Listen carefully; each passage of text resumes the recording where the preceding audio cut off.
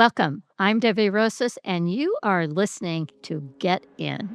I'm the founder of the NEA Technique, an international body and life program through movement arts. We've been changing how people live in their body, move in their body, and most important, how they have a relationship with their body. I always say the most important relationship you're ever going to have in your life is the one you have with your body. And the most precious thing that you will ever own, is your body. Today, we're exploring something that I have always believed in. Now, I say that because I grew up with a grandmother that was a Christian Scientist.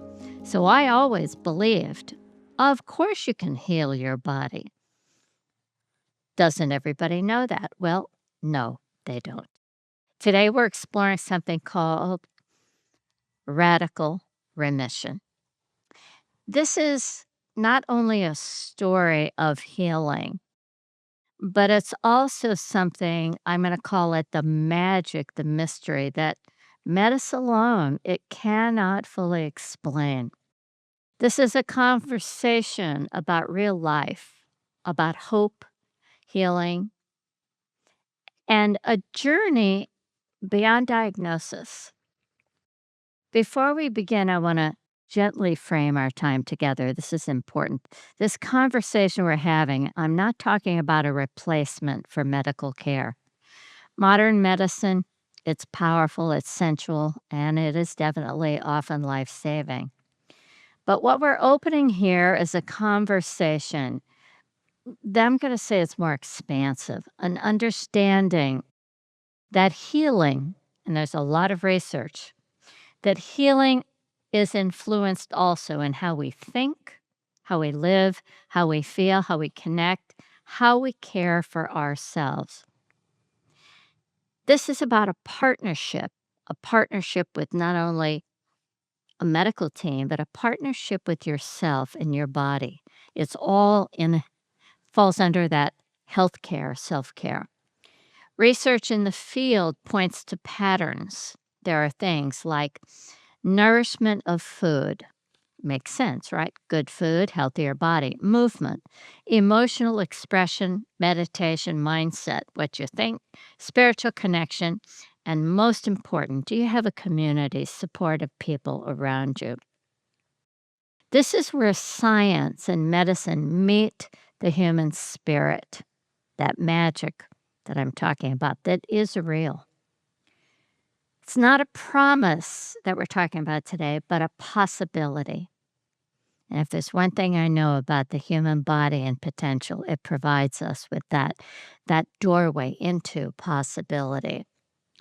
When we think about possibility, we're not simply passive recipients of a diagnosis when we get diagnosed with something, but we become active participants in a healing journey. In the NEA technique, we call this walking the path of health ease, not disease. And there are three things that we believe are really important on that path. Do you understand what you've been told? Can you manage it? And do you find meaning for everything you do on your healing journey? Now, radical remission isn't about miracle cures. It's about taking a pause and asking a deeper question. What am I doing? Physically, emotionally, mentally, and spiritually. And how can I begin to heal against all odds? Today's conversation is about that. It's powerful, personal, hopeful, deeply human. I'm joined by Karla Mans Giroux. Now, her body and life journey, it reflects what it means to thrive. And I'm going to say thrive beyond stage 4 in metastatic breast cancer diagnosis. Before we jump in, I want you to get in. And here's how I want you to get in. I want you to just get settled so you can receive this conversation and body wisdom that we're going to have. So you can stand, you can sit, just get comfortable. You might want to close the door, shut the drapes, create a healing environment where you can listen, you can sense, You can feel to heal and eliminate distractions. So let's just take a moment. I like to close my eyes, let the lower jaw relax, turn your palms face up so your shoulders are relaxed. And let's just smell the moment. So we sip the air. And just notice your breath. You don't need to change anything, just notice it. And just slowly deepen that inhale and exhale. You can lengthen your exhale by actually adding sound, sounding ah. You might even feel a little vibration in your chest. We're breathing in, sipping the air, breathing out, making sound. Now let your body begin to settle into a space it knows. This is the space of self healing. Direct your attention, your awareness inward. Become aware that there's a space beneath the surface, beneath your skin, a space beneath the first thoughts, a space beneath initial reactions. This is deep intelligence. It's quiet. This is body genius intelligence. It's steady and it is knowing. Now, as you rest in this environment, remember that you are not alone. You are not separate from your body. You're not separate from the 50 trillion cells that live in you. And you're not separate from the life that is moving through you. You are part of something vast. You are part of the same intelligence that forms the atoms, the molecules, the cells, the tissues, the organ systems that live within you. Yeah, take a nice deep breath again and just receive that life force energy. And imagine a gentle field of life force energy moving in and around you. A current of life force, subtle, intelligent, and responsive. There is nothing you need to force, nothing you need to fix, only something to listen to. And bring your awareness to body sensation and just notice, do you sense temperature? Any pressure? Is there a need to adjust and move? Go ahead and move and then return to stillness. See, this is the language of your body speaking through sensation. It is the voice of energy. And energy, life force energy, it speaks through sensation, through feeling, through thought, through logic, and also through that mystery intuition. Sensation is always communicating, inviting us to collaborate, work with our body to sustain balance, to use change to support healing. Now, just let yourself soften and open up a little more to the possibility that your body knows, that your body is never working against you, but with you and for you. That healing in many, many different forms is possible. And breathe that in. Possibility, not pressure, not a promise, but openness. Now gently place one hand on your heart and one hand on your belly. And simply say inwardly, or if you'd like to say it out loud, go ahead. I am listening. I am here. I am willing to receive your genius. Beautiful. You let your hands rest. Now just sense and feel that connection. This is support.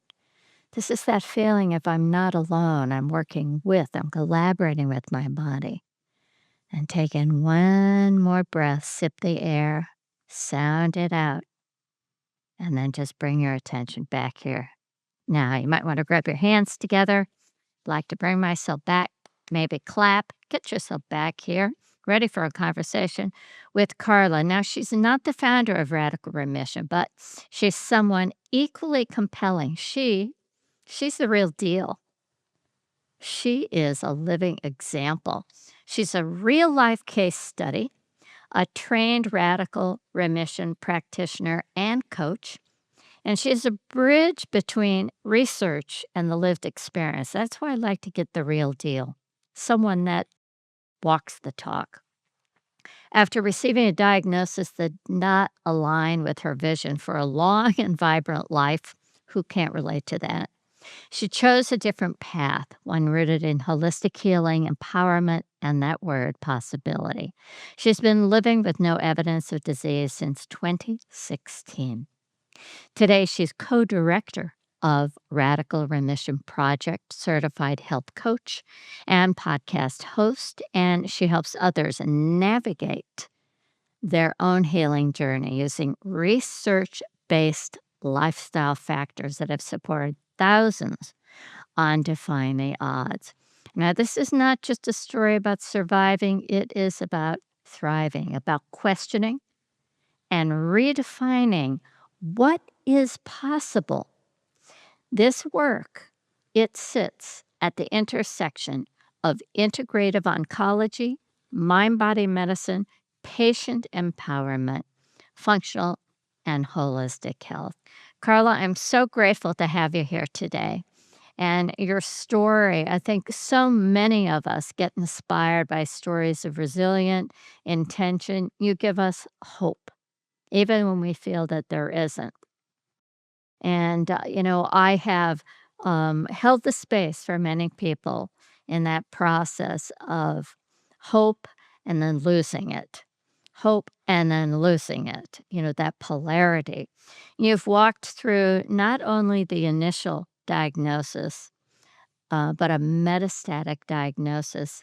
And you've been living with no evidence of disease for nearly a decade. That alone, I gotta tell you, is extraordinary. I'm just again, it gives me hope for people that I know are in exactly that same place.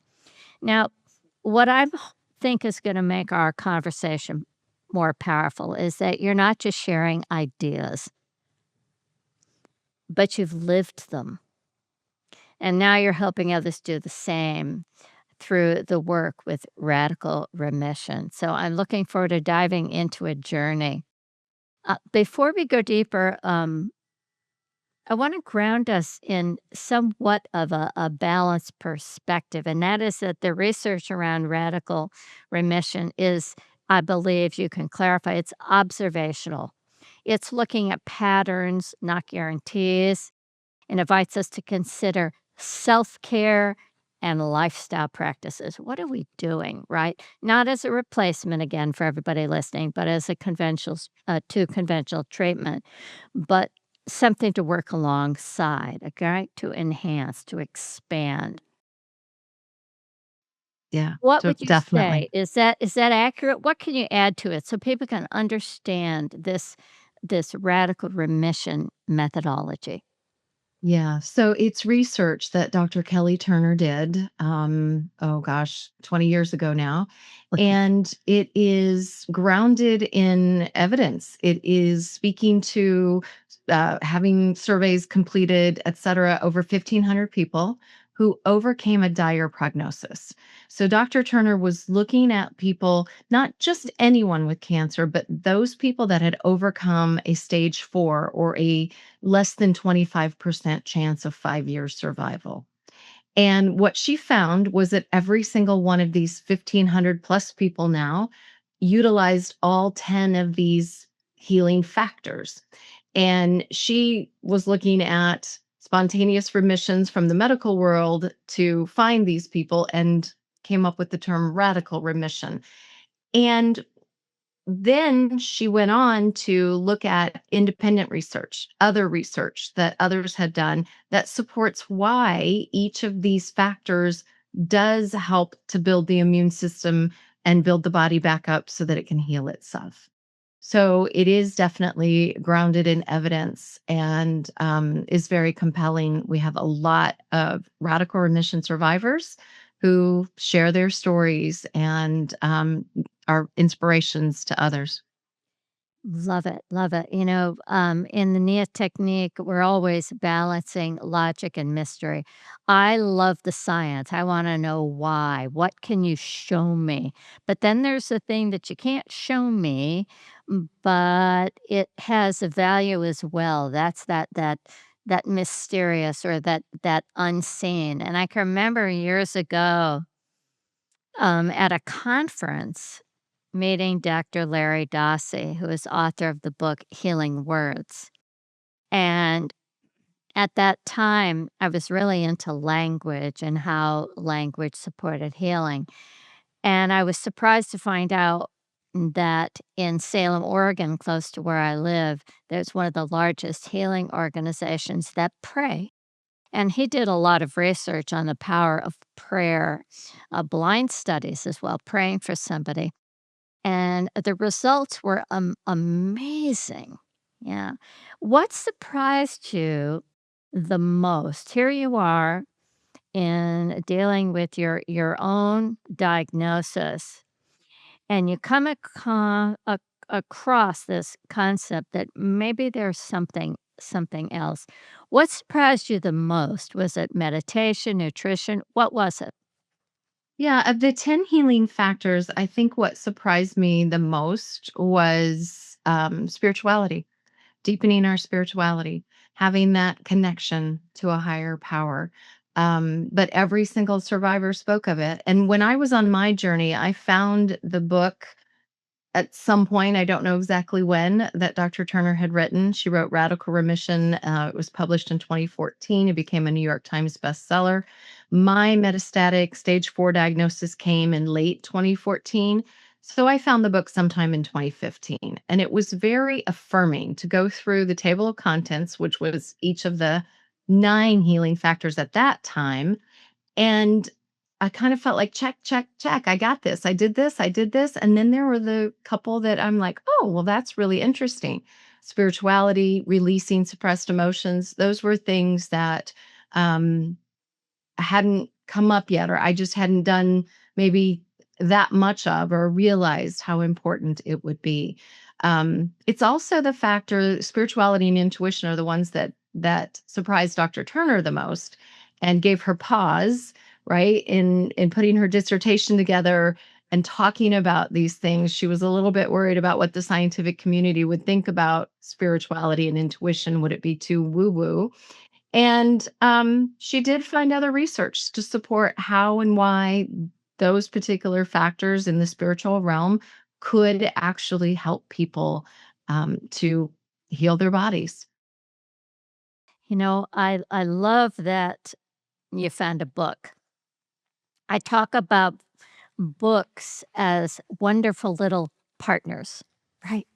Um, Windows into people's ways of thinking and perception about the world.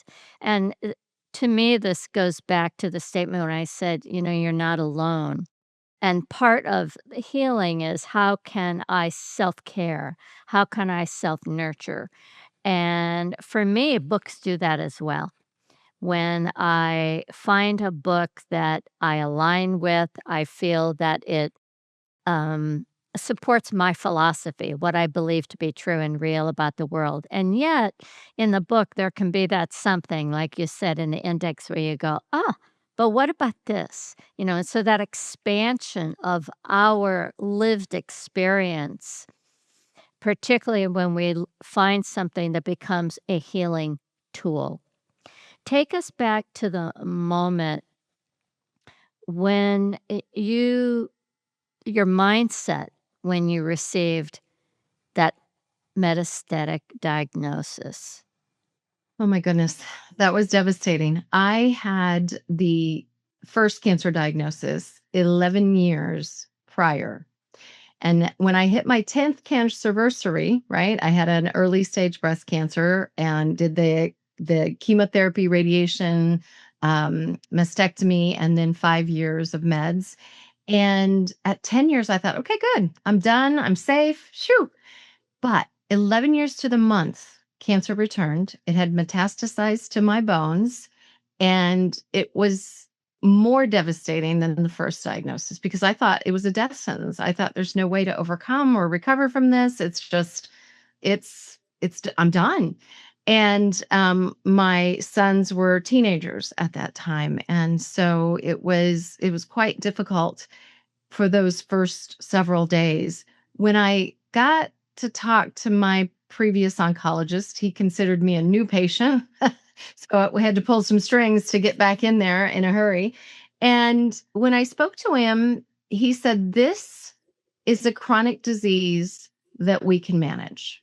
And Wow. I thought, I've wow, never okay, heard anybody say that about cancer. Let's say that right? again for the audience. Cancer is a chronic disease we can manage. Keep going. I love that. Yes.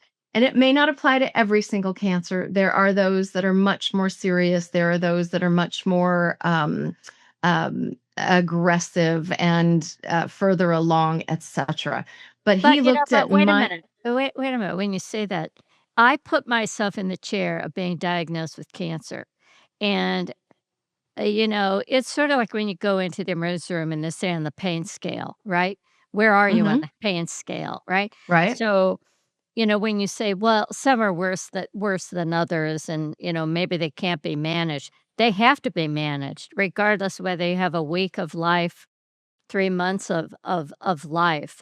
And I, imagine that on that scale of how one responds, it can be a 1 to a 10 in that moment.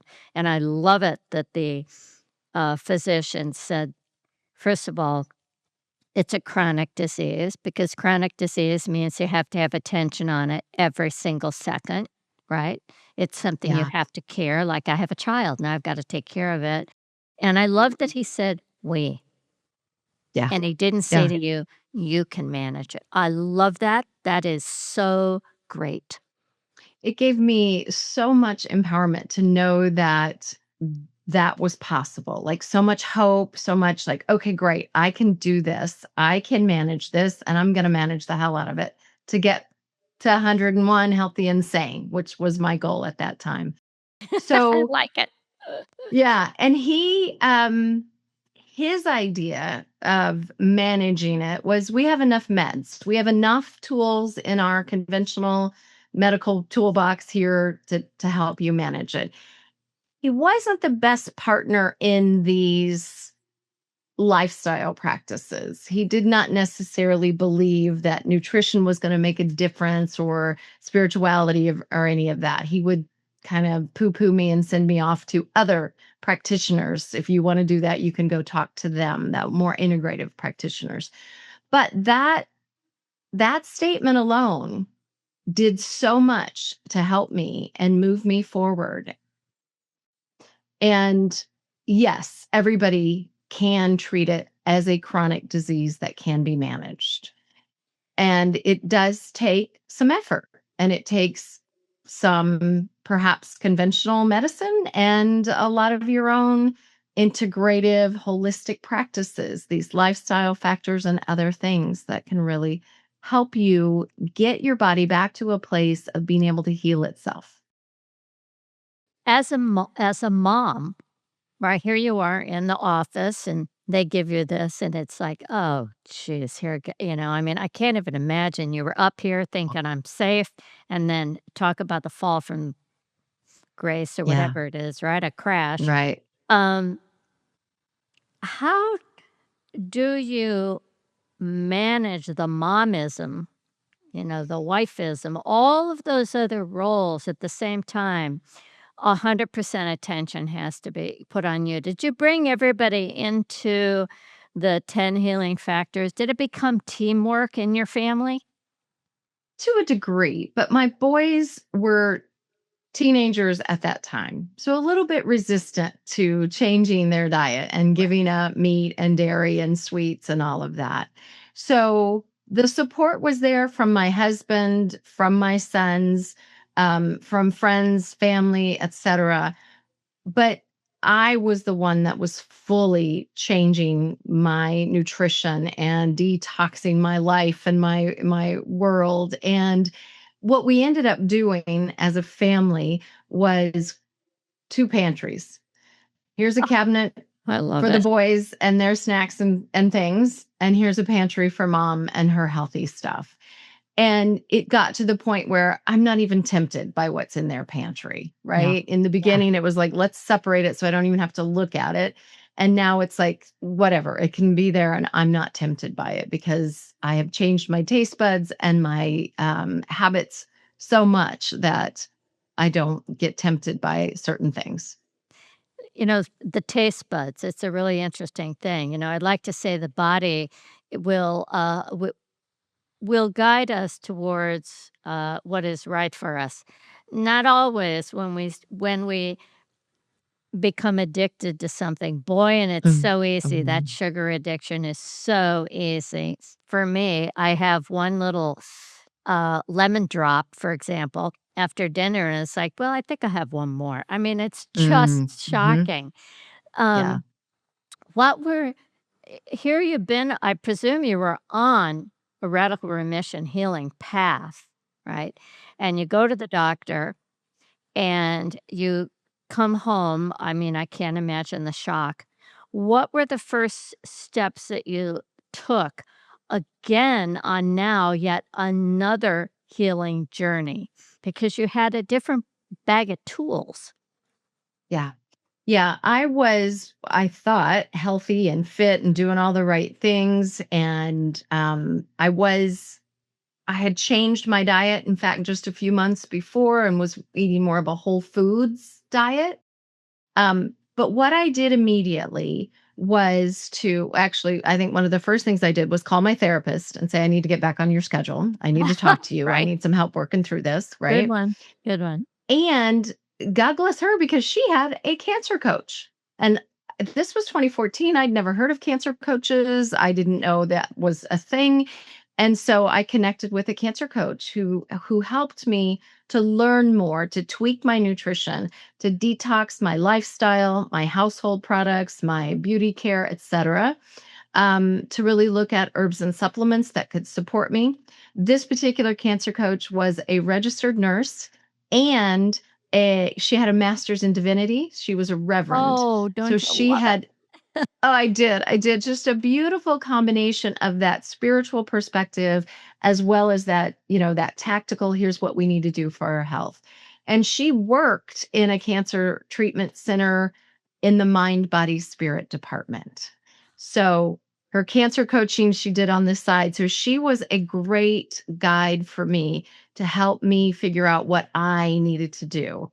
And it really is very individual. Everybody, there's no program that you can follow exactly. You can't like ask Karla, what did you do? And I'm going to follow exactly what you did. It won't work Exactly. that way. Yeah. You've got to really dig into what's going to work for you. What does your body need? What does your spirit need, etc.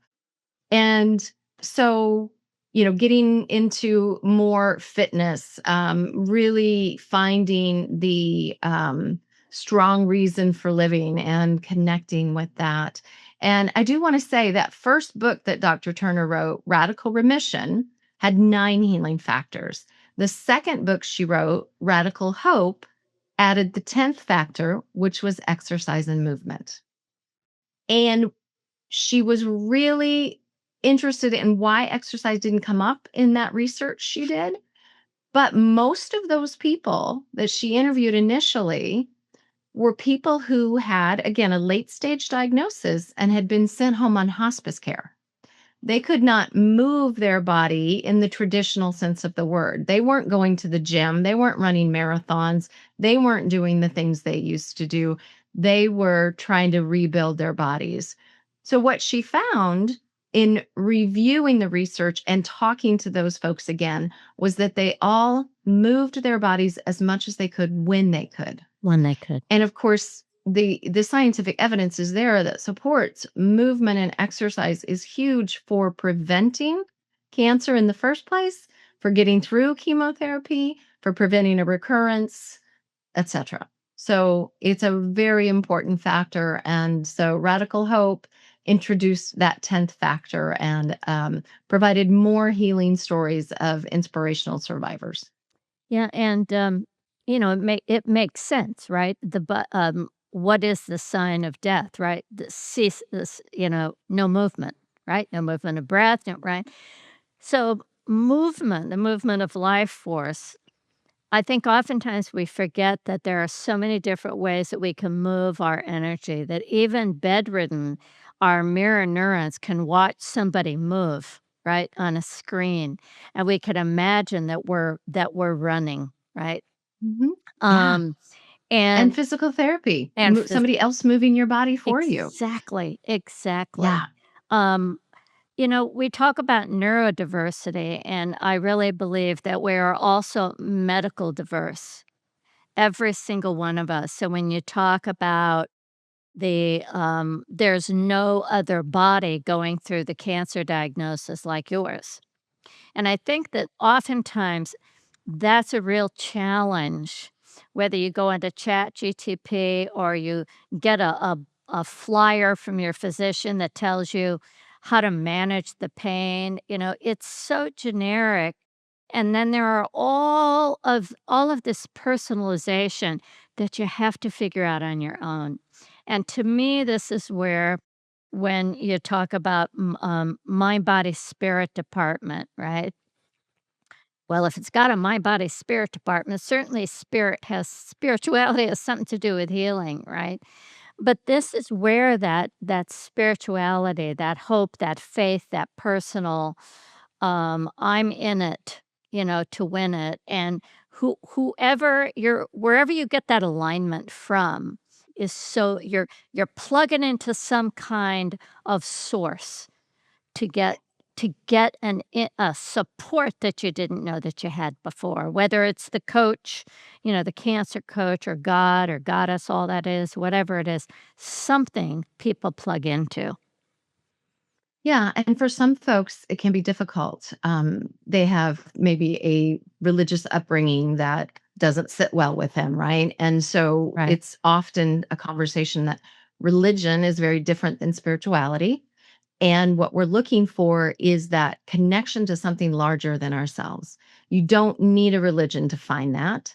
And a lot of people find that connection through nature or through a creative endeavor, right? Think about painting, dancing, writing, musical instrument if you play one, etc. You can get into this zone and feel like you are so connected and that something is downloading this to you. Like your creativity is coming from somewhere. And so there are many ways to find our spirituality. Some people need a little bit more help with that. Not everybody's a spiritual seeker and not been on an exploration throughout their life. It could be new to them.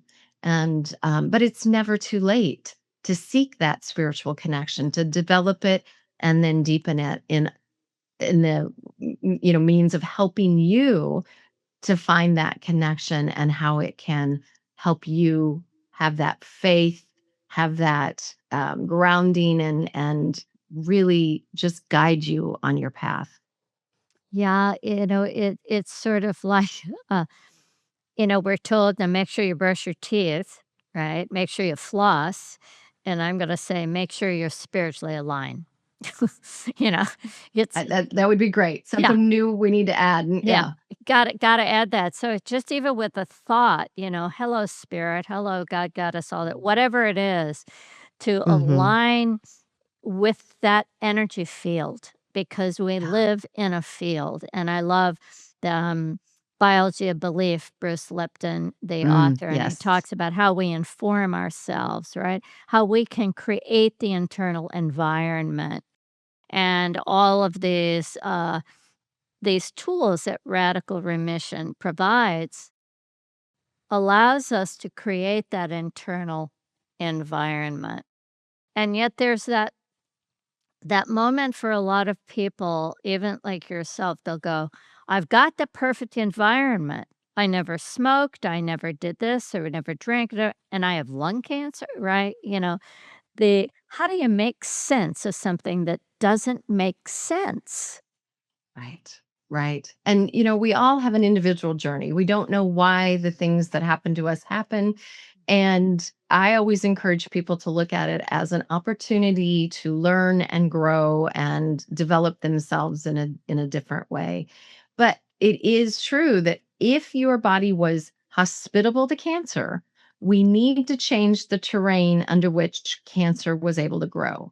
So we need to change in these 10 areas so that we can be inhospitable to cancer.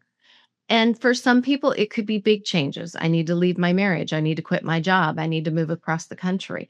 For other people, it's more, I need to find spirituality. I need to release emotions. I need to start feeling all my emotions and really connect with them and process them. So there could be many contributing factors to getting a cancer diagnosis. We never know exactly what. And our conventional practitioners don't look for a root cause. You might be able to find a holistic practitioner that will dig into that root cause with you to help you figure that out. But looking at these 10 healing factors and looking at what in your life may need to change. You may need to change your diet. You may need to give up alcohol. You may need to really develop your intuition so that you can listen more to what's right for you. And for me, that intuitive voice within is a direct connection to the divine, right? And this is where I feel that spiritual connection happens. And we don't learn about intuition or spirituality, as you mentioned, right? We don't have that in the curriculum of life. Um, I'd love to, talk to people who are developing, new curriculum for schools and what kids really do need to learn. But a whole nother conversation there. An So important one. people, yeah, an important one Very and a big one. But when we can look at our lives and really think about what is it that I know I need to change? What is it that I've been avoiding? What is it I've been pushing away? What is it that I haven't said or done that I need to say or do? It can be hard for some people. That can be big work for some people. But taking one small step into it is a good start Yeah. because all of these factors and all of the radical remission survivors did one small step at a time. And then it took them at least a year and a half to get to a point where they felt like I have implemented these factors and it has made a difference and I am on my healing path. But it's different for everybody. Time frames, the way we go about it. You can do these healing factors in a very inexpensive way, or if you've got a lot of money, you can do them in a very expensive way, right? There are all sorts of modalities that support each of these factors. Yeah, the economics is a really big consideration when it comes to healing. What resources do people have available?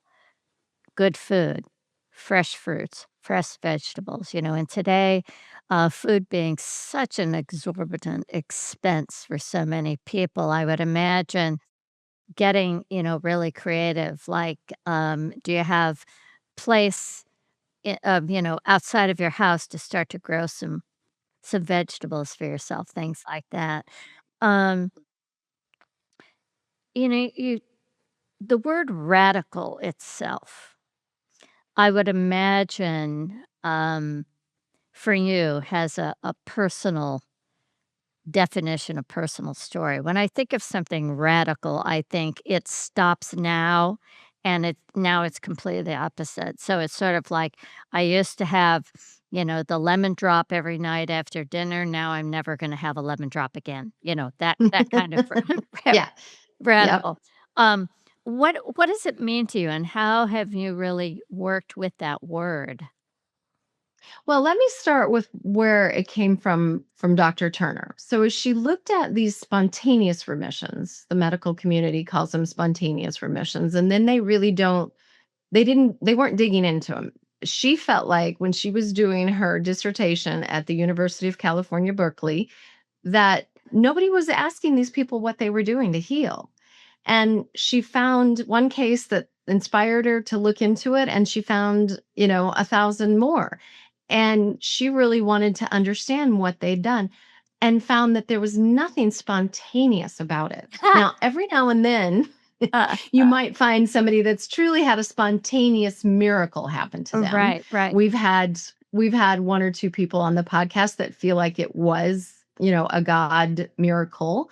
But these people, what she found for the most part, they were working their butts off. Yeah. They were doing a lot of They were things doing the to they were doing the doing. Yeah. Yes, yes. They were making the changes. They were taking action. They were not sitting there letting the doctor tell them, just take this pill or do this chemo, right? And a lot of the people she talked to in that initial research were folks that took a completely alternative approach. Uh-huh. And she said, all right, well, they didn't do conventional. We've got something to learn from these people. What was it they did? So you've got these two groups: conventional, sent home on hospice, figured it out on their own, people that took the alternative approach from the start, and then the third category of people came in, those that were taking an integrative approach, right? Using conventional to help them perhaps get ahead of the cancer, right? And then also utilizing all of the holistic lifestyle changes and different modalities that they could. So that's where radical came from. Dr. Turner felt like they were making radical changes in their lives because, as I mentioned, some people got divorced or quit their jobs or, moved across the country, whatever. For me, there's been, and it's interesting, a lot of books that have radical in the Right. title, Yeah. and it's great. Radical change is what we need when we want to save our lives. And if you're dealing with a cancer diagnosis that gives you a less than 25% chance of 5-year survival, what do you most want? A radical change. Yeah. You want to figure out what is it that you can do to overcome and live a long and healthy life. So I resonated with the radical term. We do get pushback on that term, right? The radical remission factors and the radical hope factors. Not everybody resonates with that. They don't like radical or they don't like remission, right? Those of us that are on the journey don't usually take issue with it. It's like, yes, give me that radical remission and give me radical hope. I want more. But it can be a little off-putting for some medical practitioners to hear that. Well, I remember going to a mind body spirit training with Deepak Chopra. This was years ago in San Diego. There were about 500 of us in the room. And we were sitting at these long tables, and I was flanked on either side by two MDs. And Deepak would say something, they'd go, right? And I'd be looking at him like, are you listening to this? Right? And, the reality that somebody protects validates what they do and why they do what they do and how they do what they do. And when Yeah. something penetrates that reality bubble, it upsets the equilibrium. It creates a new possibility. And that new possibility requires time, attention, research, experience to then, as a healer, say, do I want to use that as one of my tools? Right. And I understand the fear, but to me, the fear is not enough for it to get into the way of possibility and potential as a healer. That I don't get. I get that you say I don't have time to research this. Go find somebody who is a radical remission, right? That I get, but to close off and to call something woo-woo, it's, Yeah, that's not healing in itself. it's very unfortunate, and people do feel like, they're disempowered, because the people in the white coats have the authority, and when they don't believe or listen to you or treat you as an individual, it can be disempowering. But I do wanna say that those practitioners got into the healing work they're doing because they care, because they felt Absolutely. they Yeah, wanted to help people.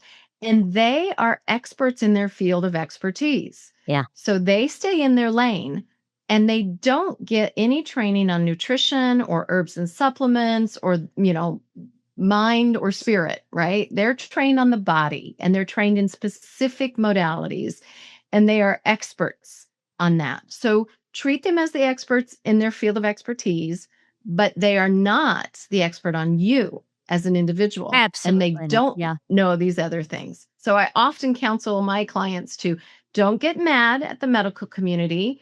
Anger and resentment and all of that, there's no place for it in your life anymore. They are doing what they are trained to do. You need to go find somebody else that can help you do some of the other things. And it's unfortunate that we don't have more integrative oncologists in the United States or in the world. We've got naturopathic oncologists that can be very helpful. There's not enough of them. They're not covered by insurance. They're not always treated the best by the conventional world. But so we have to often pull together our own team. And the factor empowerment, one of the radical remission factors is empowerment or taking control of your health. Envision yourself as the president or the CEO sitting at the head of the boardroom table. And along the side of that boardroom table, you've got your conventional doctors, your healers, your yoga instructor, your acupuncturist. You've got whoever you want to be on your team. And it's Save Your Life Inc., right? I So love it. you listen to these experts. They are all going to give you their expert advice. You ultimately are the one that gets to make the decision as to what you're going to do. So, finding a practitioner, a conventional practitioner that you can partner with who at least says, yes, I understand that you want to do more and I don't have a problem with that, but let's just talk about what it is you're doing. They're most concerned about herbs and supplements. But there's a high number of people doing herbs and supplements that do not have any kind of contraindication or reactions or problems with the conventional meds they're doing when they do both at the same time. Yeah, yeah. And it's individual, as you say. So what does you use this word empower. What does true empowerment look like? When you say, I call you and I say, Carla, I'm navigating this diagnosis and I want to be empowered. What's it going to look like? Tell me, what's that avatar look like? What does she Yeah. do? Yeah, that person who that is empowered is advocating for themselves. They're not just nodding and following doctor's orders. They are doing their own research. They are looking and they're researching in places that it's very science-based research, not just Dr. Google, but let's get into PubMed or Medscape or scientific journals to find our research. And they are taking an empowered approach to their healing. So it's not only doing your research, asking questions, pushing back a little bit, like, well, what if I did half that dose instead of all of that dose? Or what if I also did this? Right? They're sort of negotiating with their doctor what they're doing. And they're putting at that boardroom table these other practitioners, these other healers, these um, alternative, integrative sort of folks that are helping them in other ways. And they are the ones in charge. They're not letting anybody else call the shots and make the decisions. It's their final decision that really matters. And so advocating for yourself, standing up for yourself, fighting for yourself, looking for other options for yourself doesn't mean you can't have help. It doesn't mean that one of those people on that team is a family member or friend that's a great researcher and, a note taker and goes to all the appointments with you and knows what you want and helps you to stand up for what you want when it's necessary. Yeah, beautiful. What do you want somebody, that is newly diagnosed to hear right now? Oh my goodness. Anytime there's a new diagnosis, I would love people to understand that cancer is not a death sentence and that they can take a deep breath and take their time in making decisions. This is typically not a physical emergency. Sometimes it is. It might be an aggressive, it might be far along, but for most of us, it's not a physical emergency. It feels like an emotional emergency. And a lot of people react and go, cut it out of my body, get it out. I don't want this here. Right. Right. Yeah. But if you take some deep breaths and you recognize that you've got some time, cancer usually takes years to develop and form in our bodies. So overnight, in that moment we hear that we've got cancer, we're not dying. We've got time to plan our approach to it, to consult with others, to find a health coach to help, to find an integrative oncologist or a naturopathic oncologist to help. Because I think it's really important to first start building the body back up to a healthy immune system Yeah. because the other conventional treatments can be so hard on our bodies that if we start from a place of weakness, it's hard to get back in front of it. And even, when you have conditioned your body, say, I'm going to condition my body and prepare for this surgery or prepare for this treatment, there is that process of healing where fatigue and is part of the journey, where rest and additional sleep is so needed. And I've seen so many people fight that. I can't believe I'm so tired. I got to sleep again. I got to take another nap. And it's like, yeah, Yeah, absolutely. you do and you should and And you and just should. do it. Yeah. And you Yeah. should. And the body is trying to tell us something that we do need to make changes and we do need to rest more and get better sleep and manage our stress and eat better and exercise more, etc. So we need to listen to the body. It's so important. And one of the things I find most of my clients have the hardest time with is just being. Just being. Yeah. It's what I call breaking up with busy, and I had to do it myself. Before, all of this, I had a very stressful corporate job. I did international travel. I had, early morning and late night meetings, right? I really had to learn how to break up with busy and clear space on my calendar and just be You gotta okay. write that book. I like that. Break Up with Busy. I really like that. Yeah, break up with busy and just take the time to stare out the window and let your imagination go and daydream a little bit and just get comfortable in quiet and solitude. Yeah.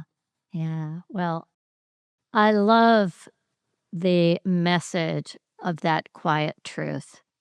Let's break up with busy. Let's find that place that lives inside of us that's knocking on the door. Maybe been, as you said, been knocking on the door for a long time, trying to get our attention, So are we listening? Our body, our brain, it's not fixed. It is malleable. It can change because we are living systems of intelligence, connection, and possibility. And I'm hoping everybody's walking away with, I know I am, that healing is not one thing. There's not one tool, there's not one map because you are unique. We're all unique. Our body is unique. So there's not one path, but there is partnership on a path that we can have. We can be supported. There's not one outcome. It's the outcome that you want, whether you want to live to be 101 like Karla I'm upping mine. I always say 100. Now I'm gonna go 102, Karla. Go for 101. I'm gonna Yeah. up it up, right? But because this is about relationship, I said that up front in the beginning. Most important relationship you're ever gonna have is the one you have with your body. It's the most precious thing you own. A relationship with our body, with our mind. What are we thinking? Our body, what are we putting in it, including the thoughts? Our emotions. How much resentment do we carry around? What do we hold in our heart? And our spirit. What is unique to you? And that's that unique spiritual relationship you have to something greater and beyond. The unseen, but you feel it, and something happens when you're aligned. The world around you becomes part of you. You become part of the earth, the skies, the magic, the mystery. Radical remission invites us to consider something very powerful. Even in the face of uncertainty, we are not powerless. We can become empowered. We can participate in our own journey through how we breathe, how we nourish, how we move, think, how we love life, and how we allow ourselves to be supported. Again, this is not about replacing conventional medicine, it's about expanding the conversation. I think that when I think about the word hope, that's what I mean. I'm expanding the conversation, I'm expanding what I believe is possible. So your body is not silent. It's speaking to you right now. What is it saying that maybe is saying, I need a little attention. Could you pause? Can you slow down? Can you let go of being busy? Remember, the body's voice speaks to us through sensation. The two, pain and pleasure, but there's all the subtle messages in between, the life force energy. We have this logic, we also have that gut feeling, intuition. Pay attention to it. I always say the real question of what's going on, are you listening? So wherever you're today, I want you to meet yourself there. Meet yourself there with a little more curiosity about what is my body wanting to communicate, and always with compassion, non-judgment, and patience. Be willing to become the student of your own body and your own life, a partner in your own healing. And remember that hope, it's not something we wait for. It's something we practice. So, this is a message for us all. We're not alone. You're not without agency, and you're not without possibility. Karla, I want to thank you so much for being here, for your courage, your willingness to share your story, and to take your life experience and use it in a way where you help and support others on their healing journey. Your voice, your experience, your presence, it's a reminder to me and to all of us what's possible when we listen deeply and we choose to participate in our own life and our own healing journey. So thank you so much. Thank you, Debbie. It's been a pleasure. You can find out more about Karla by going, is this correct? Karla, Karla, at radicalremission.com.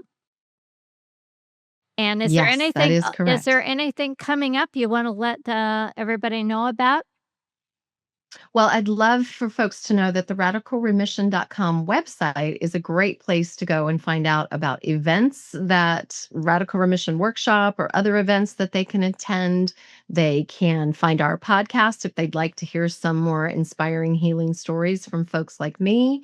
And yeah, we've got a whole list of coaches there that can help folks on their healing journey. Beautiful. And the 2 books by Dr. Turner, Radical Remission and Radical Hope. Remember, it's so good to have a little partner, something that you can just put some good nutrition into your brain, right? Use your mind to create that beautiful healing remission. You can find out more about me, Debbie Rosas, on neonow.com, social media at the Neo Technique. And I invite you to enjoy 2 weeks free on Neo On Demand. This is where you can find movement art experiences. It's an opportunity to experience movement as an act of self-love, respect, devotion to your body and life, healing, and conditioning. To all of you listening, thanks so much for being here, for your curiosity, your openness, and willingness to think beyond what's expected, right? This has been Get In, a space to come home to your body, to your awareness, to the intelligence, the genius inside that body that lives within you. Until next time, keep listening to your body, right? And keep moving and keep trusting the wisdom of your body. Don't forget, this is our time to get in. I'm Debbie Rosas, and I'll see you next time.